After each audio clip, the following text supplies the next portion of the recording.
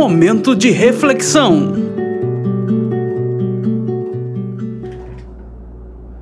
Amados e queridos ouvintes do programa Graça e Vida, 41ª semana em direção ao segundo ano, pelo que somos gratos a Deus por essa grandiosa oportunidade. E então, seu final de semana aí, sábado de aleluia, sexta da paixão, sábado de aleluia, domingo de Páscoa, tudo bem?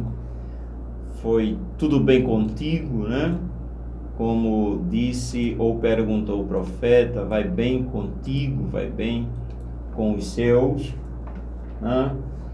E Páscoa, né? Domingo de Páscoa, e queremos meditar um pouco aqui, ou podemos dizer, dar início a essa meditação e certamente concluindo daqui para o final de semana, a história da Páscoa, ou o que é a Páscoa. Sei que certamente tem suas conclusões, mas ainda você que é consciente, eu quero meditar com você um pouco sobre isso. Aí tivemos a Páscoa. Pois bem, como o tempo é precioso, a história da Páscoa, não? A origem e o termo, né? A Páscoa entre judeus e cristãos, e a história do coelho da Páscoa e os ovos de chocolate, né? Significados, importância, formas e comemorações, ou formas de comemorações, celebrações, rituais e símbolos. Vamos ver um pouquinho sobre isso, tá bom?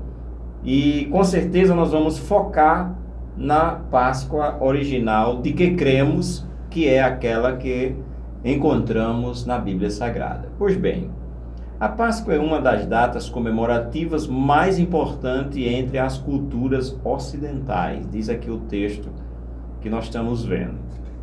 A origem desta comemoração remonta muitos séculos atrás. O termo Páscoa tem uma origem religiosa, que vem do latim Pascoe. Na Grécia Antiga, este termo também é encontrado como Pasca. Se não for essa pronúncia, os ouvintes que me perdoem. Porém, sua origem mais remota é entre os hebreus.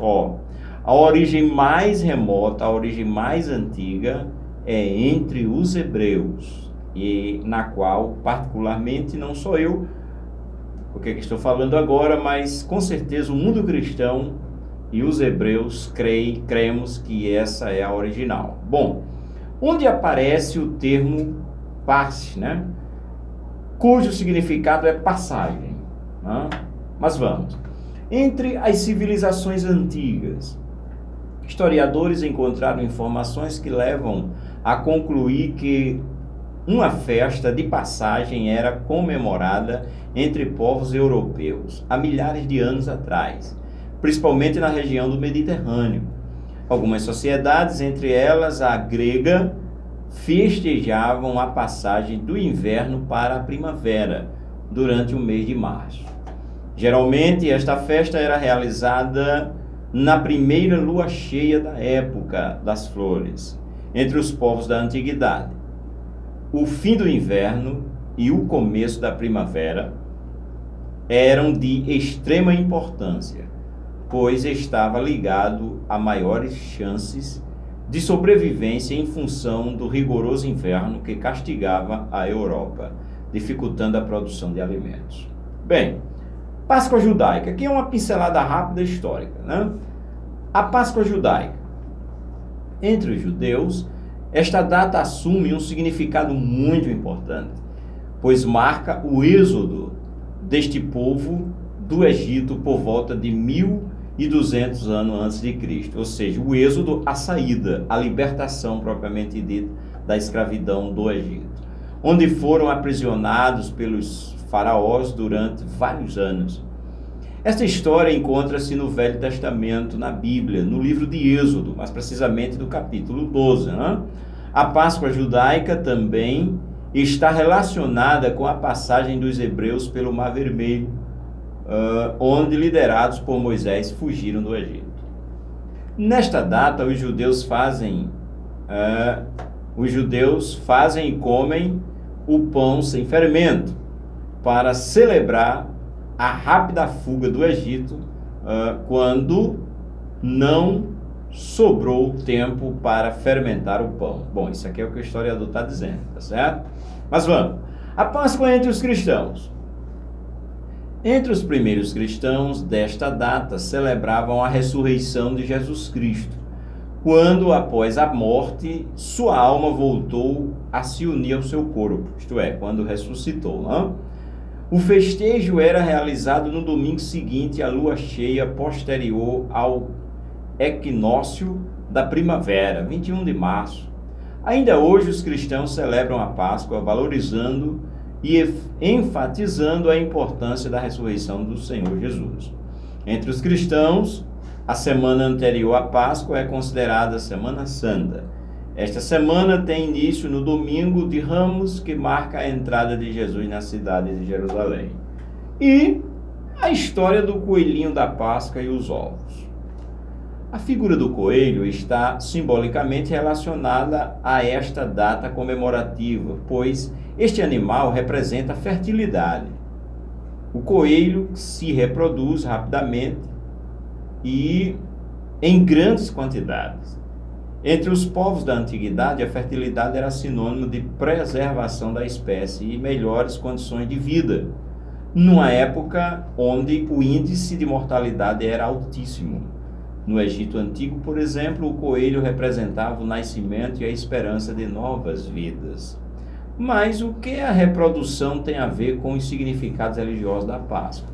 Tanto no significado judeu quanto no cristão, esta data relacionava-se à esperança de uma vida nova. Já os ovos de Páscoa, de chocolate, enfeites e joias, também estavam neste contexto de fertilidade da vida.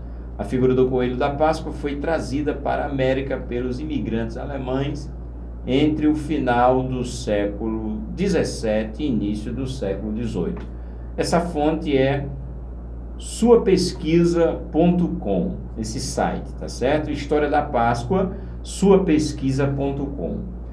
É de onde tiramos esse texto. Mas, meus queridos, nós vimos aqui que ele dá uma pincelada muito superficial, mas porém fala da origem da Páscoa, do mundo antigo, mas ele enfatiza que a origem mais remota é, na verdade, a Páscoa judaica.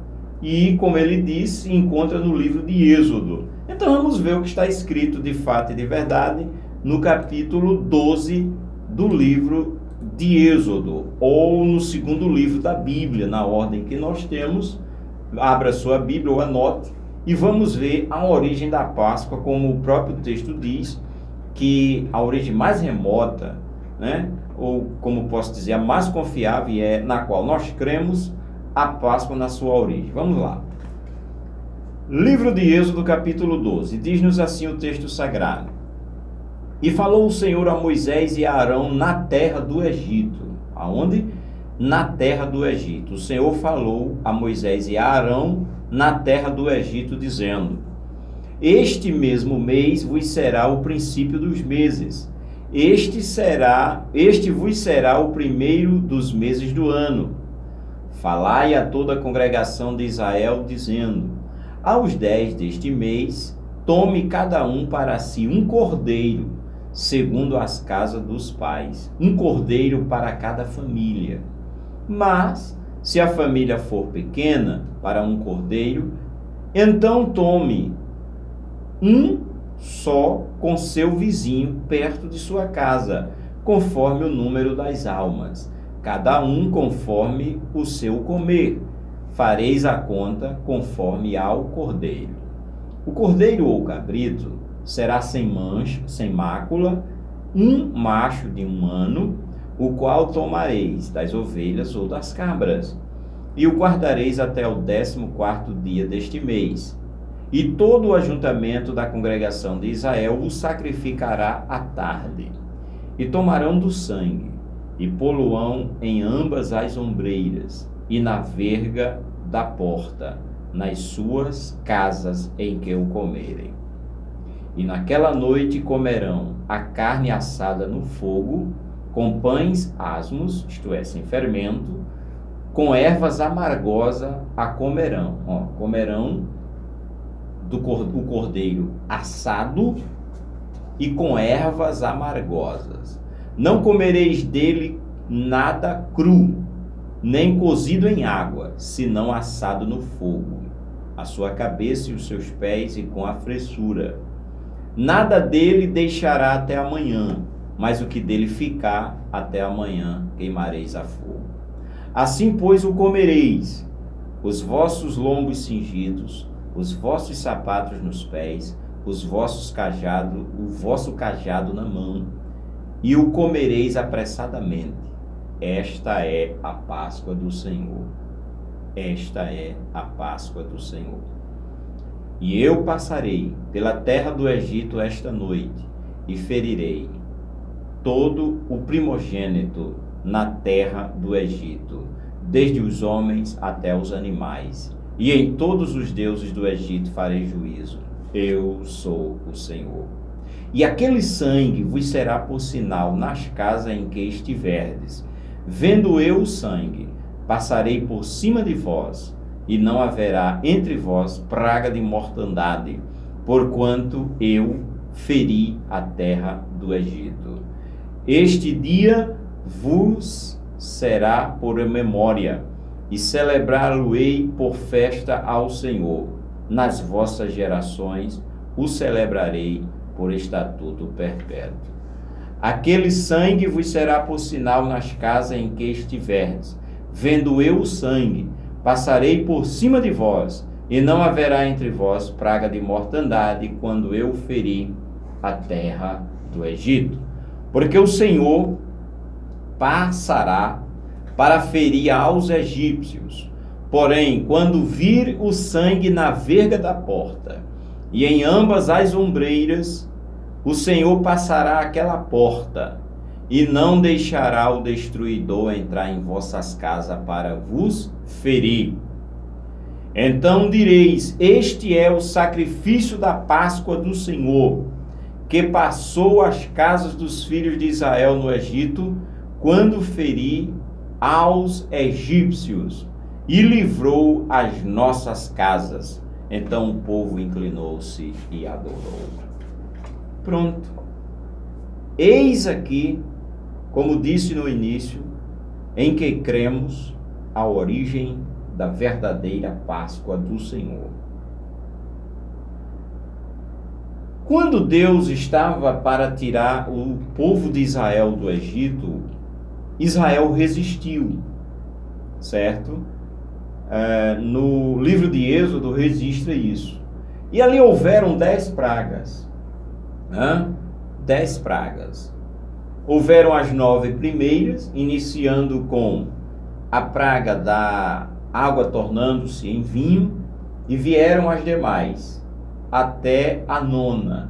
E até então o faraó resistia e não permitia o povo de Israel, não libertava o povo de Israel. Então Deus anunciou a 10ª praga, a morte de todo o primogênito da terra do Egito. E conforme está escrito, desde o do trono ao do escravo e até os primogênitos dos animais. E após essa 10ª praga, que foi a praga da morte dos primogênitos, aí sim o faraó libertou o povo do Egito, para sair. Pois bem, Deus havia determinado e o fez que iria matar todo o primeiro filho de toda a família no Egito. Só que tem um detalhe: Israel também estava ali, Israel, seu povo. E para que não morresse nenhum dos primogênitos dos filhos de Israel, aí Deus estabeleceu o quê? A morte de um cordeiro por família. E ele deveria ser consumido naquela noite. Caso a família fosse pequena, conforme lemos, ele podia se juntar com o seu próximo, com o seu vizinho. Mas aí, querido, ó, morre um cordeiro sem mancha, de 1 ano, inocente, é sacrificado aquele cordeiro para poupar, ou para salvar, para remir a vida do filho mais velho de cada família. Mas foi isso que Deus estabeleceu. E foi lido por mais de uma vez. Esta é a Páscoa do Senhor. Que realmente significa poupar, passar além da marca, né?